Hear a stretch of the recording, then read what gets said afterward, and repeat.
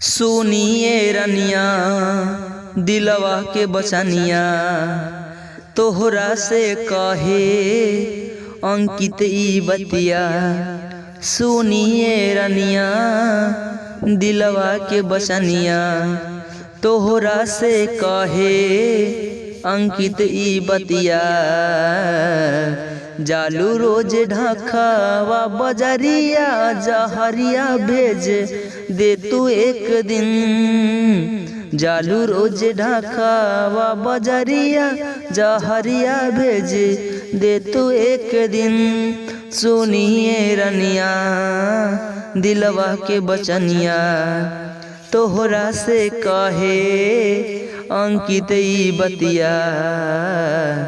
जालू रोज ढाकावा बजरिया जहरिया भेज दे तू एक दिन। जालू रोज ढाकावा बजरिया जहरिया भेज दे तू एक दिन। सुनीला की जाने रोज जालू बाजार हो दीवाना के ऊपर इतना करा उपकार हो। सुनीला की जाने रोजे जालू बाजार हो दीवाना के ऊपर इतना करा उपकार हो।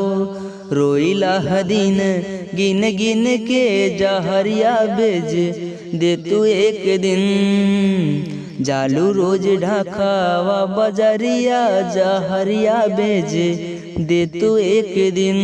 दे ना सकेलू प्यारे मौते तू दे दा अंकित रोहित कहे राहत तू दे दा। दे ना सकेलू प्यारे मौते तो दे दा अंकित रोहित कहे राहत तू दे दा। कैसे है जियई तोहरा बिना जहरिया भेज दे तू एक दिन।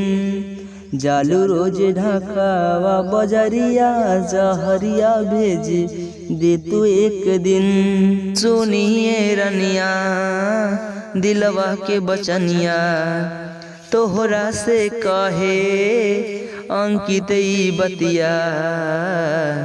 जालू रोज ढाकावा बजरिया जहरिया भेज दे तू एक दिन। जालू रोज ढाकावा बजरिया जहरिया भेज दे तू एक दिन।